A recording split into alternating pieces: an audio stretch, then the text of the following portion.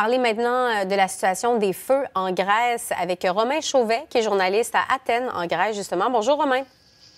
Oui, bonjour. On entend parler que les feux sont maintenant sous contrôle, mais que la situation est quand même très instable. Oui, absolument, parce qu'on redoute des vents forts au cours de la soirée, dans les prochains jours également. Alors, c'est une végétation qui est extrêmement sèche sur tout le territoire. Alors, oui, de façon générale, la situation s'est améliorée pour une deuxième journée consécutive. Donc, il n'y a plus de feux actifs sur l'île de Rhodes, sur l'île de Corfou, mais également dans le centre du pays, près de Volos. Toutefois, il y a un incendie important qui s'est déclaré au cours des dernières heures dans le nord-ouest du Péloponnèse, qui a forcé l'évacuation de plusieurs villages.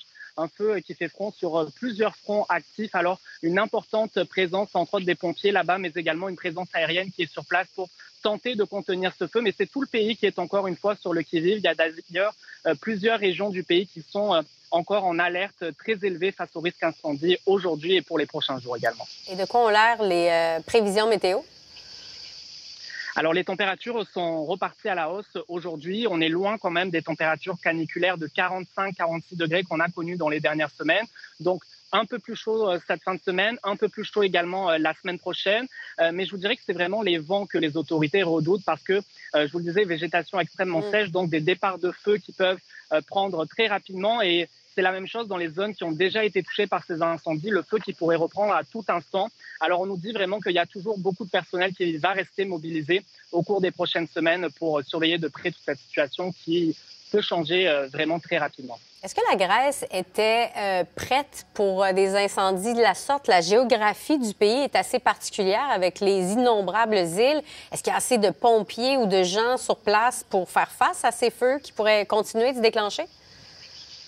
Écoutez, c'est la grande question et c'est une question que la Grèce fait face chaque année, incendie après incendie. Je peux vous dire, pour être allé aux feux qui se sont déclarés aux portes d'Athènes la semaine dernière, dans le centre du pays hier ou sur l'île de Rhodes où j'étais tout au long de la semaine, partout, j'ai entendu le même discours, beaucoup de critiques à l'encontre des autorités sur le manque de préparation, le manque de moyens, une désorganisation. Alors vraiment, on les entend partout, ces critiques, et beaucoup de gens qui ont tout perdu, qui se sont sentis et qui continuent de se sentir abandonnés par les autorités.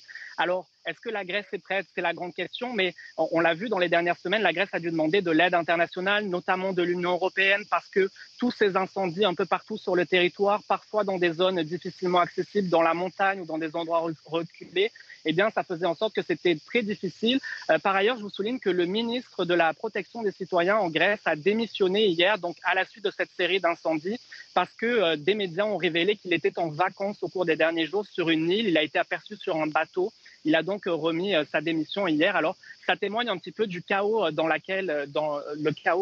auquel la Grèce a fait face vraiment dans les derniers jours et les 2 dernières semaines particulièrement. Vous avez nommé l'île de Rhodes, évidemment Corfou. Ce sont des régions extrêmement prisées par les touristes. Est-ce que pour l'instant, ces incendies ont défiguré ces lieux paradisiaques ou pas tout à fait? Je vous dirais particulièrement sur l'île de Rhodes. J'ai été dans les derniers jours et la dévastation est très importante dans le sud-est de cette île. On voit des kilomètres et des kilomètres de forêts, de villages qui ont été détruits. Rhodes, c'est une île extrêmement touristique. On nous disait qu'il y avait 200 000 touristes juste avant ces incendies. Beaucoup de gens à Rhodes, mais également ailleurs dans le pays qui vivent seulement du tourisme en Grèce. Alors, on redoute particulièrement les conséquences économiques des gens à Rhodes qui me disaient dans l'industrie hôtelière avoir déjà beaucoup d'annulations, oui, dans les jours suivant l'incendie, mais également pour les mois prochains de septembre, d'octobre.